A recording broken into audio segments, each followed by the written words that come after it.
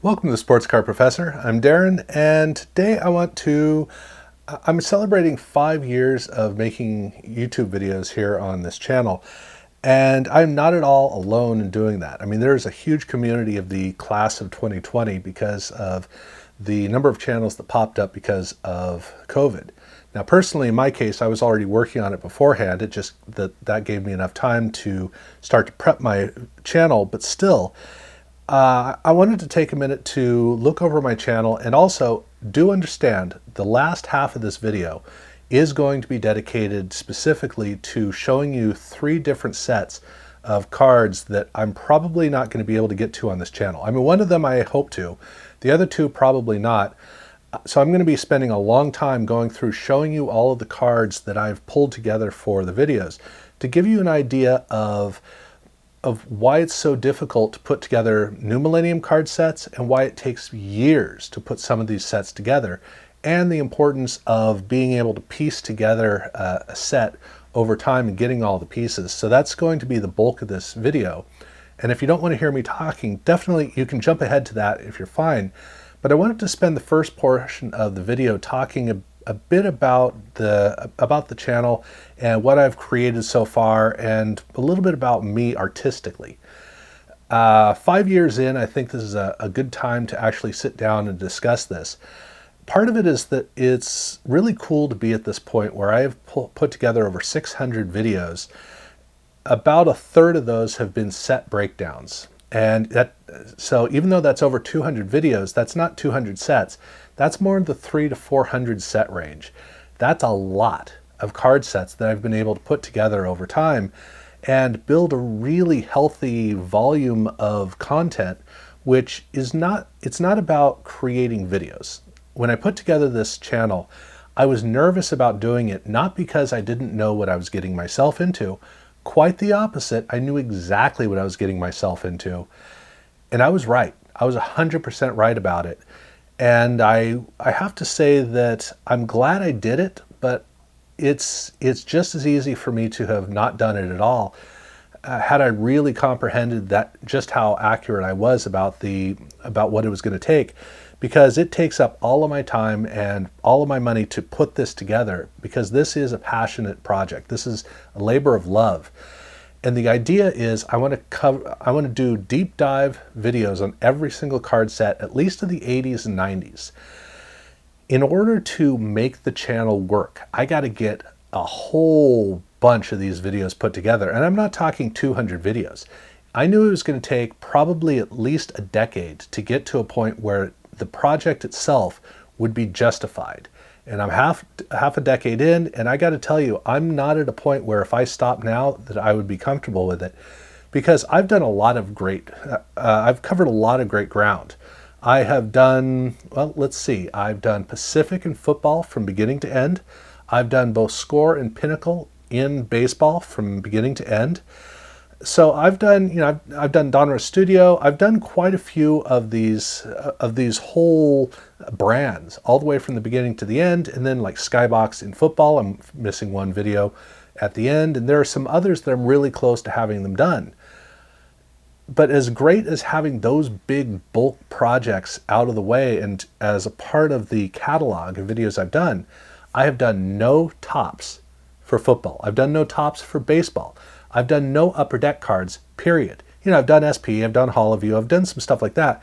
But Upper Deck proper, I have not done that for baseball, for basketball, for hockey, for football. I haven't done it for racing. I haven't even done it for golf.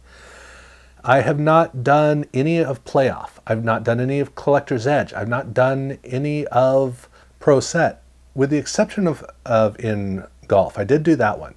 I haven't done Action Packed in football. So there are entire brands I haven't even bothered to do. I did do Pro Set Power and Platinum. I did that one. But the thing is, I've got these huge areas that I haven't uncovered. I mean, even Stadium Club. I've not done a single Stadium Club video. So I am a lot closer to the beginning of this project than I am to the end.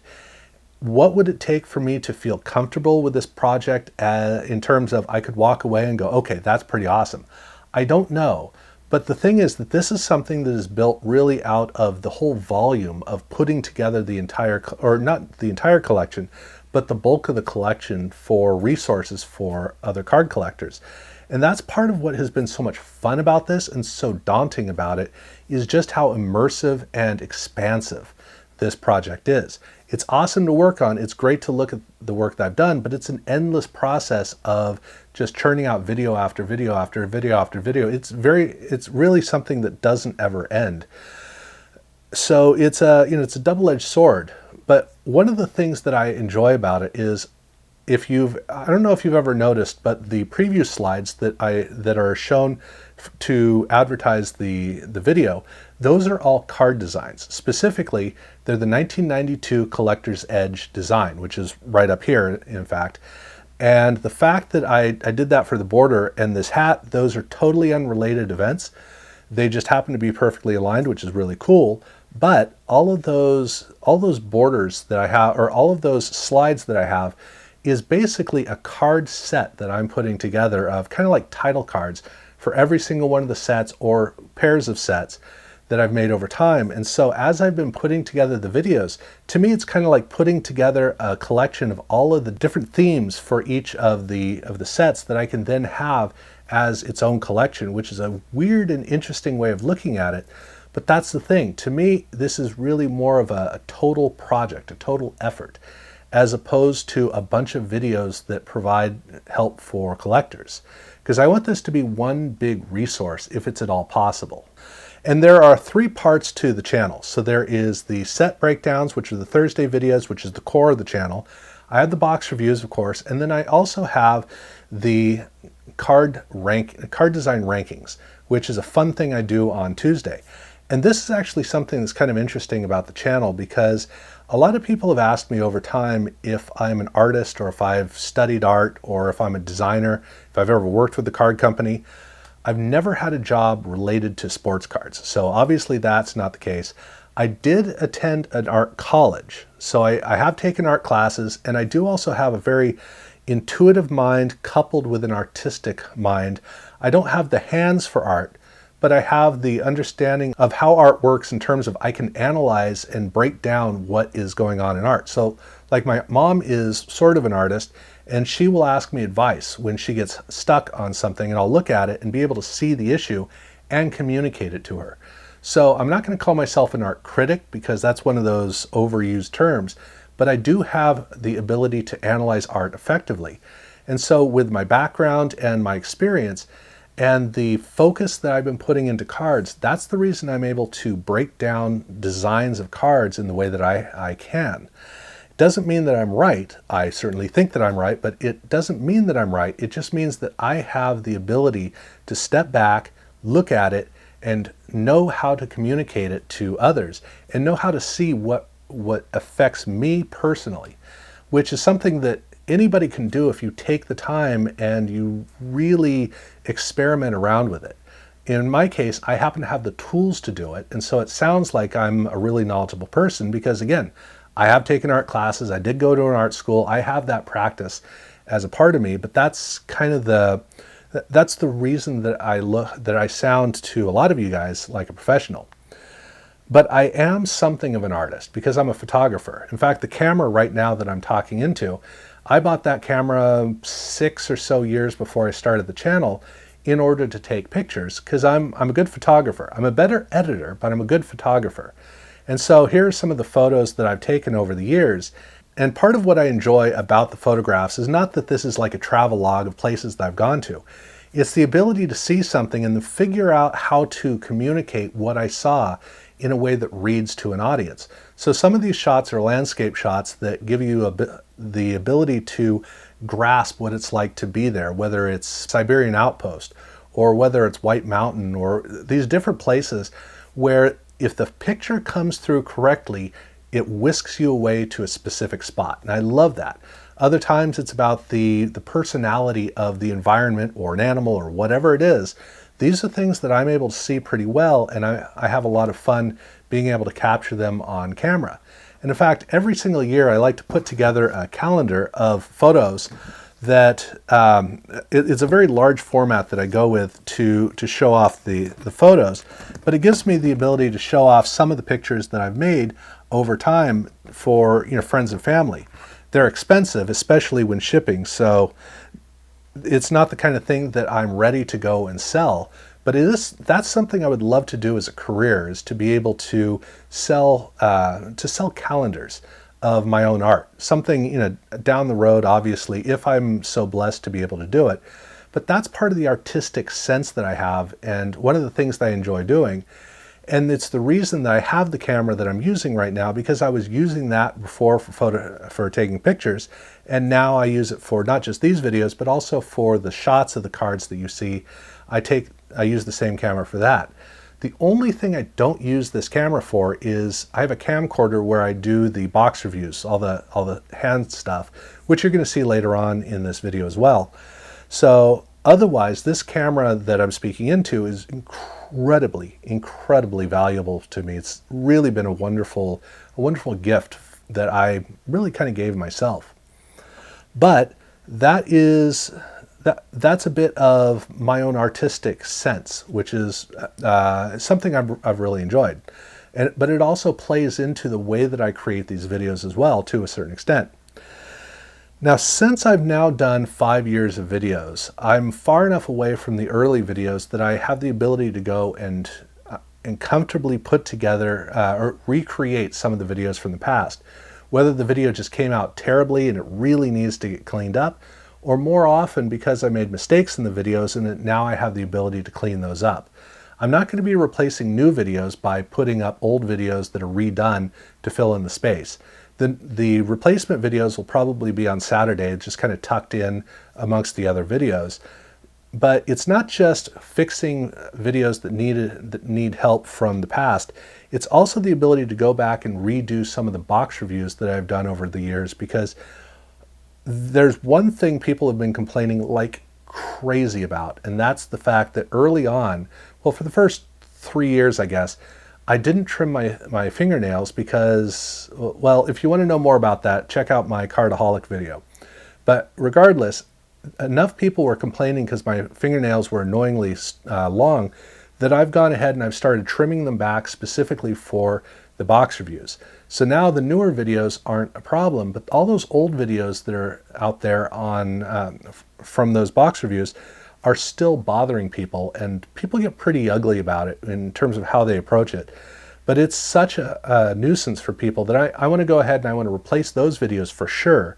And then I'll also be replacing some of the set breakdown videos for reasons I've already explained. So I'll be adding that as I will be moving forward. And if there's any video where you would like for me to redo it for whatever reason, please let me know. I'll try to move that video forward more quickly. But that's going to be a fun thing that I'll be able to do as I move forward. But like I said, I wanted to spend the bulk of this time talking about, really showing you cards and talking a bit about why I need to get my hands on cards. So I did a video a couple months ago where I was talking about the struggle that I now face in terms of getting cards, and I'm not going to go into what that video is about. Suffice to say, the things I talked about in the video are actually valid. But one thing I mentioned is that I need to get my hands on the cards. And a lot of people have said I don't need to. Well, the fact is I absolutely do. And there are two cards I want to use to show that do a really good job of communicating that. The first card is the most expensive card I've ever purchased, $275 for an Olympics card for a video that's gotten maybe 150 views. It's really pretty crazy how much a passion project is not necessarily aligned with audiences. I mean, I've been able to do some really fun videos over the years. I did, for 4 weeks, I did the Olympics, and it actually hurt my channel because people so much didn't want to watch them that they just tuned away. I've done bench warmer and cheerleader cards, fun videos that have gotten very few views, but they help to build out the whole collection of videos on this channel, what I want to do.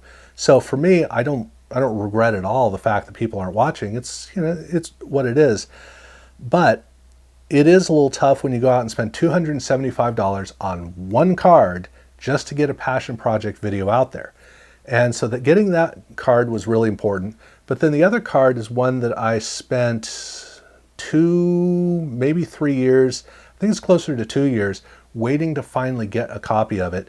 And the card was a $90 or so card, $90 to $100 for most of that time. And then I waited until one became more available, and I was able to get that.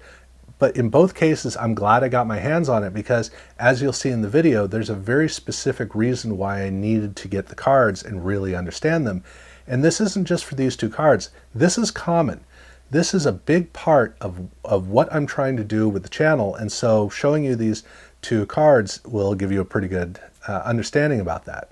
So the first of the two cards is one that I got last year, and that is this really cool Olympics card. It is an exchange card of actual gold card that was created to commemorate the very first modern Olympics. And the reason it was so great to actually get my hands on it is because of the fact that I'll use this to show you. It's not completely a card. It is actually, the edge is here, and so the edge actually, it's a laminated card, and so it's got a see-through border around the outside. And the reason that's so impressive is the entire card is sealed within this plastic outer sheathing. You could technically cut it off, but the serial numbering 226 up here is within, it's inside of that plastic. So the card is a normal width card as long as you count the outer border, not the inner border. And so being able to see that and actually experience the nature of the card, and then the print on the gold is, for me, it was a critical aspect of being able to talk about this card in the video. Once I understood it, I could explain the nature of it. Even though it's a video nobody watched, so spending $275 on this card, overpriced, way overpriced, but getting it to me meant everything. So that's the reason why I waited multiple years to get this, and I also waited that long in order for the price to come down. But the other one I wanted to show you is a video I have not yet done, and this is 2000 Upper Deck MVP, which is the successor of Collector's Choice. And this is the checklist card with Donovan McNabb. Specifically, it is the embossed card. And so the reason I needed to actually get the embossed card is I didn't even understand how the embossed pattern works, but the embossed pattern is actually oriented like this. And I don't know if the light's going to be able to capture it, but his head is here, and then there's this gear that goes all the way around the card, or all the way around his head. And that's the nature of it. I knew the gear was on there. I had seen that in images, but I didn't know it was sideways. And so once I actually got this, and immediately I learned everything I needed to know about it. And that's why it was worth it for me to spend about 2 years waiting to get this card. And thankfully, it was originally close to $100. I paid way less to get this, which is so helpful. So that means that now I can, and when I do the actual video for MVP, you'll actually be able to see it well.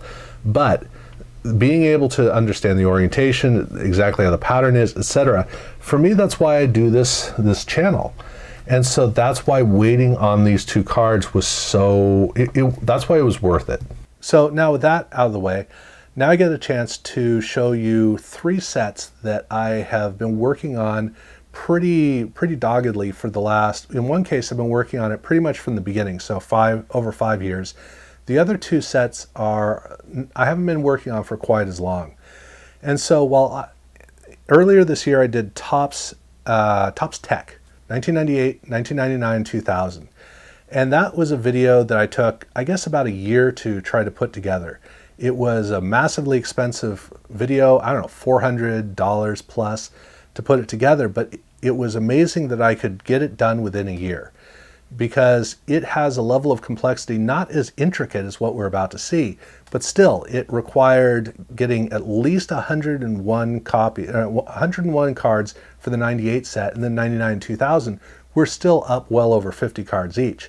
A ton of cards, a ton of work. As you're going to see from these 3 sets, it's more of the same. Okay, so now I get to actually show you sets. Now, there are 3 sets here that I'm collecting. This is 2005 Zenith. I'm doing both the baseball and the football separately, but this is only the baseball set. This is 2008 SPX, and this is 2010 Epics. This is football, and this is football. So the Zenith cards, this is the design for the Zenith cards. Really kind of fancy. Definitely a New Millennium card, for sure. And then for SPX, it's, yeah, SPX sure wasn't the same as it was in the mid-90s. And then for, excuse me. All right. And then for Epics, this is the design. This is not one of the best sets ever designed, for sure. But it is, it's an interesting enough set. Okay, so I'm going to go very briefly to show you just how expansive the undertaking is to try to get any one of these 3 sets done. And again, this is not in order to make sure that I can show you everything. This is just so I can understand it. So Zenith starts off with the main set, and then they also have rookie cards, which are in silver, and the rookie cards are not numbered. And then they have the, is this artist proof? I don't think it's artist proof. They have a holofoil parallel of the cards. They also have the, I think it's called Museum Collection cards, which has a light brushed metal effect, which is actually kind of cool. And then I think this is the artist proof. These are serial numbered out of 50 up at the top. And so they have a gold finish to them. So those are the 3. I think there's a 4th version as well. Yeah, it seems like there's a 4th version. Actually, it might be that the silver is a parallel. Again, it's been a while. I got a long ways to go, so I haven't really brushed up on it. But you can see I got those versions. And then they have this, which is their Epics set. And Epics works the same way as in the past, except there are, I think, 6 different colors. So they have play, they have game, they have season, and then they have moment. So they have these 4 different texts.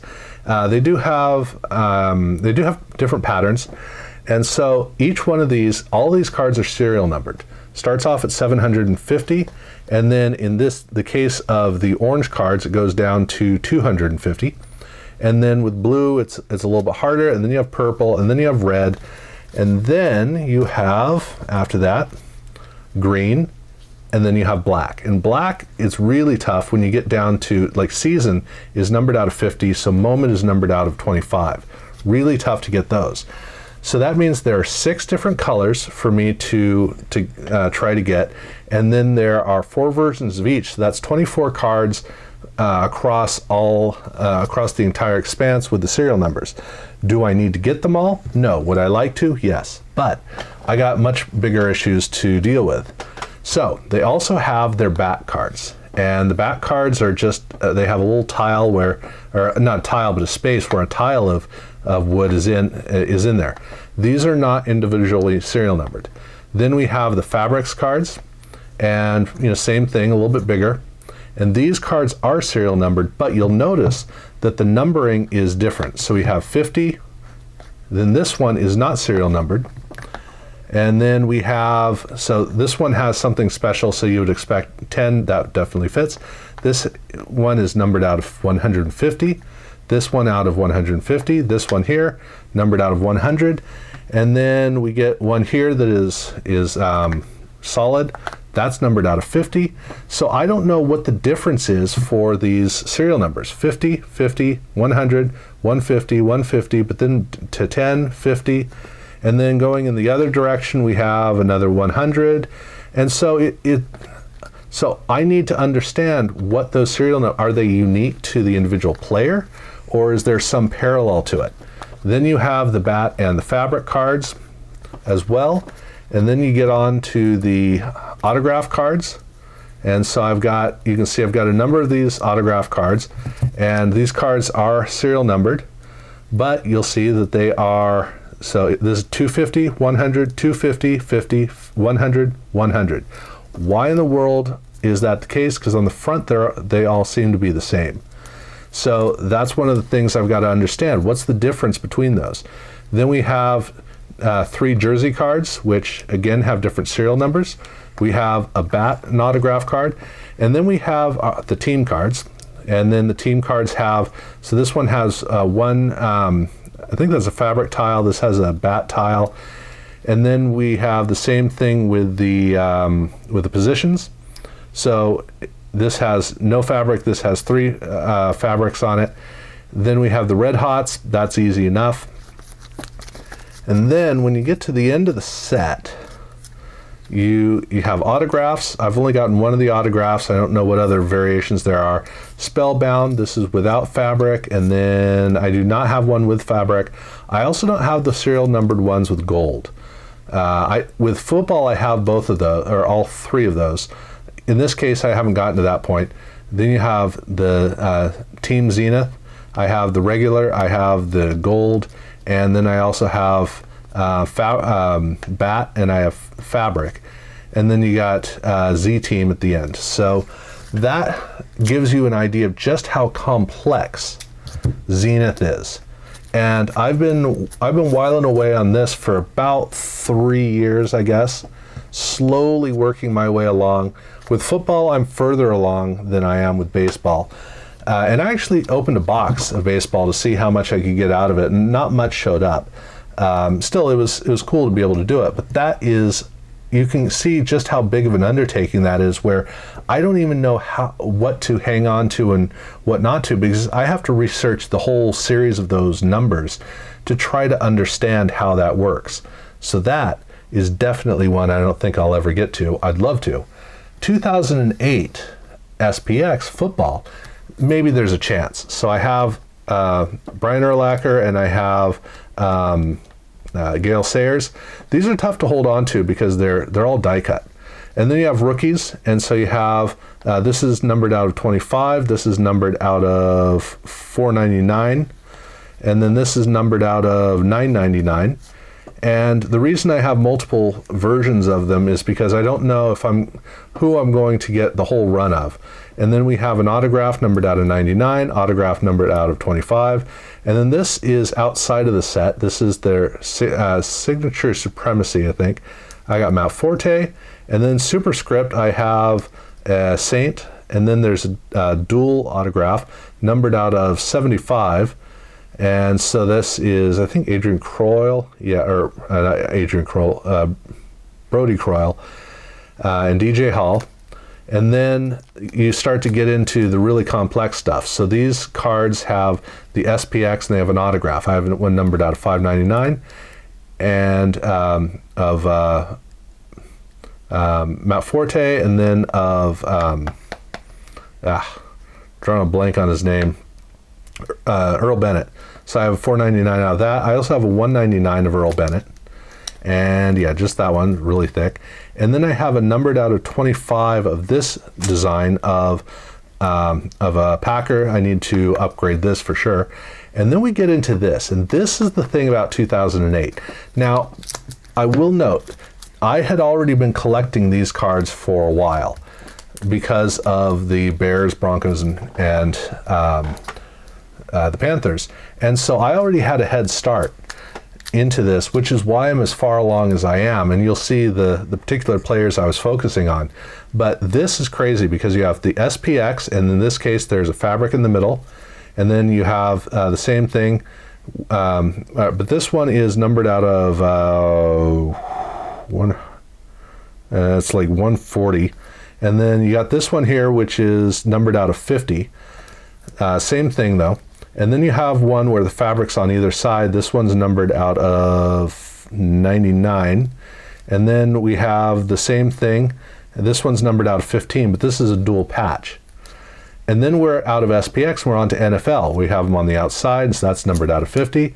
And then this on the outside is numbered out of 50 as well, but is a different player. And then we have in the middle with Jay Cutler, and this is numbered out of 25, but it's a patch. And stick together quite a bit. Then we're on to NFC and AFC. So I've got an AFC here numbered out of 75. I've got an AFC dual patch, and then I've got NFC and NFC, and then I have number 85, his jersey number. So every player has that numbering, and then you have the 3 footballs, and then you have the 3 team logos, and then you have so we're back. So this is this is the Bears logo, right? And then we have Steelers logo. So those are all the same. And then we have the Upper Deck logos, and then we have this, which I'm not exactly sure what the pattern is for this. And then we're on to a whole different series of these. So these are regular players, and these are rookies. Yeah, rookie winning materials. So we're on to SPX. Then we've got, let's see. So there's that. Then we go on to star wide receiver. So this is a position card, and then we're on to NFC and AFC. And we're on to, let's see.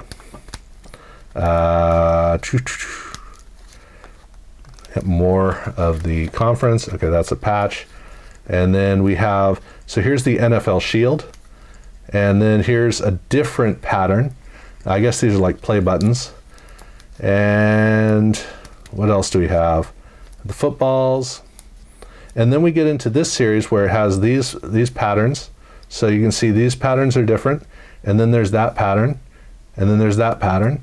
And then we get on to this series where they have the SPX, and then we have these 3 patterns, and then we have these 3 patterns, and then we have these 3 patterns. So that's all 2008. But here's the thing, that's part of 2008. So how do I explain all of those? Do I know what all of them are? So that's the nature of what makes this so challenging, is the fact that there are all these different patterns, and I need to understand what the different patterns are, how extensive, because it appears there are 4 versions of each one. That there's a central, I think it's all a central and outer, the regular ones and the patch versions. And then some of them do have autographs. And so I need to understand, so that we have, we have the number, we have the football, we have the logo, and then we have the Upper Deck logo, and then we have this, the controller pad, I think is what it is. I've got to wrap my head around that. And so you just slowly, with time, keep paying attention and getting what you can, and putting together the overall checklist. So in here, there's a lot of unknowns, because you don't know how the serial numbering worked, whether there are different tiers within that you don't know, or if different cards just have different serial numbers, and then exactly which ones have what different patches, stuff like that. There's still a structure here. Here, it's not so much a structure as much as there's a whole bunch of different options. But then when we move on to the last one, which is epics, this is the one that's actually really close to being done. And part of the reason is because I did collect this set just out of habit. The cards were there, and so I found myself collecting them quite a bit. And for the main set and the main parallels, I'm doing pretty well. But the inserts, you're going to see, get kind of carried away. So I don't have the base card here, but I have 2 of the parallels here for Jay Cutler, and then I have a base rookie for Freddie Barnes, and then I have I don't have all the parallels, so I have parallel. Basically, I need to finish putting together who the player is going to be, and I don't know who the player is going to be for. The 2 players are going to be for this, so I haven't. Down the road, I'll refine this based upon everything else. But then you got autographs, and there are different numbers of autographs. So Matt Forte, there are 10 copies of his autograph. And then with Mark Sanchez, there are 25 copies of his. And with Freddie Barnes, all the rookies have 499 autographs, or all the rookies that are a part of that. And then there are a number of rookies where just their regular inset card has this football field with a signature. And so we have Eric Decker here, where his are serial numbered out of 300. And then I also have Brandon LaFell, and his are serial numbered out of 210. So these have different numbers for each player. Then you have the jersey card, and then you have the jersey prime card. Or no, this is a jersey card. The reason I have all these different jersey cards before you get to the Prime is because, guess what? They have different serial numbers. 130, 299, 150, 75, 200, and then 250. And that's just distinct to each player, whatever the serial number happens to be for his jersey card. And then for Prime, most of the Primes are all serial numbered out of 50. But then I got Matt Ryan here that's serial, no, Matt Ryan's out of 52. I guess, not sure why I pulled two of them. I guess they're to show that these are different and these are the same. I guess that's it. Then you have the epics, and we're back to epics. This was kind of the reason I ended up getting into this. And these epics cards are a lot more straightforward because it's a group of 9. So you have the orange, you have game, season, and moment, and then you have game, season, and moment, and then you have game, season, and moment. And you can see that I have almost all the Steve Smith cards. I just need to get 2 more if I can to show the whole collection of 9. And then you have the Epics jersey, you have the Epics jersey Prime, and then you have the autographs. And once again, you have Mark Sanchez, numbered out of 25, Matt Forte, numbered out of 15, and then we have DeVry Henderson, numbered out of 10, and then Pierre Thomas is numbered out of 5. So these are serial numbered at different rates. Again, Spellbound, you have all the letters of the player's name. I have almost all of D'Angelo Williams, who I'd like to do for the video, but I do have all 4 of Frank Gore's, and I have all of Steven Jackson's as well. So I have those sitting there, I can use that. So that's the front end. And in this case, this is just getting all these pieces together, and you can see I basically have everything I need for this portion of it. But the next step comes down to the inserts. And so you have jersey cards for the Ball Hawks, and there are both the regular and the Prime. And then highlight zones, you have a jersey parallel, and you have a Prime parallel. Rush Hour, same thing. But then when you get to Odyssey, this is where it starts to get really tricky, because you have Odyssey with 2 jerseys, you have Odyssey with 1 jersey, and Prime for both of those. So in the case of Donovan McNabb, I need this with Prime, and they have different serial numbering. And then you have Michael Turner, which has the dual with Prime. And so they have, whether it's 25 or 100, 75, 299, 45, numbers are all over the place.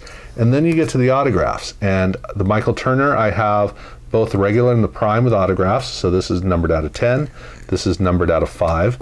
And then you have, let's see, I have the single jersey. The regular here is serial numbered out of 10.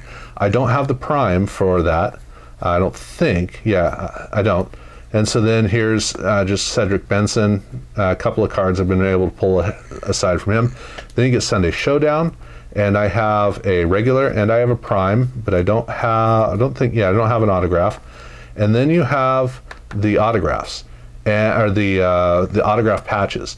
And so these, I have 3 of the Saints. So I have 2 of Garrett Hartley and 1 of Marquise Colston. I'd like to get all 6, because it's who dat is what it says. I'd like to get that. And then I do have a Steve Largent. I don't have, I think the Cowboys have one as well. So it'd be nice to get one of the Cowboys, but I'm still waiting to figure out everything I need to know about these, and then I need to know what else is out there, because I think I know everything with Odyssey. I don't know for sure about Sunday Showdown. And so there, as you can see, I'm close on this. I'm really, really close. But getting that last little bit can be really difficult. And so I have been spending, this is one of those that I keep checking with great frequency to see what comes up, so I can find out what more I can add to my knowledge and have examples to go with. So that I wanted to show you these 3 sets to give you a feeling for just how complex New Millennium cards get. This is not that complex overall, which is really surprising when you consider how much I just went through. But you saw in this case just how the SPX, just how crazy all of these get, because they just kept adding more and more so that you have more cool things to find. And then who knows what's going on with Zenith. And that's what's really funny, is this is the oldest of these. This is the closest to the 90s. This is the most crazy and complex. And possibly the easiest is Epic's, which is from 2010, so it is newer. These are tough. So hopefully I can get these done in the next year or 2 or 3 or 4, but I doubt it. Maybe this one, I have no idea. And this really is probably going to be one I'll never get the chance to do. But the only way I can ever do them is to keep pushing, keep punching along, keep at it, and just try to get as close as I can. This is 3 examples, but I've got so many sets, not just from the new millennium, but some from the 90s as well, that I just keep pushing and pushing and trying to piece all the little elements together. So this is why it takes me sometimes 3, 4, 5 years to do a video.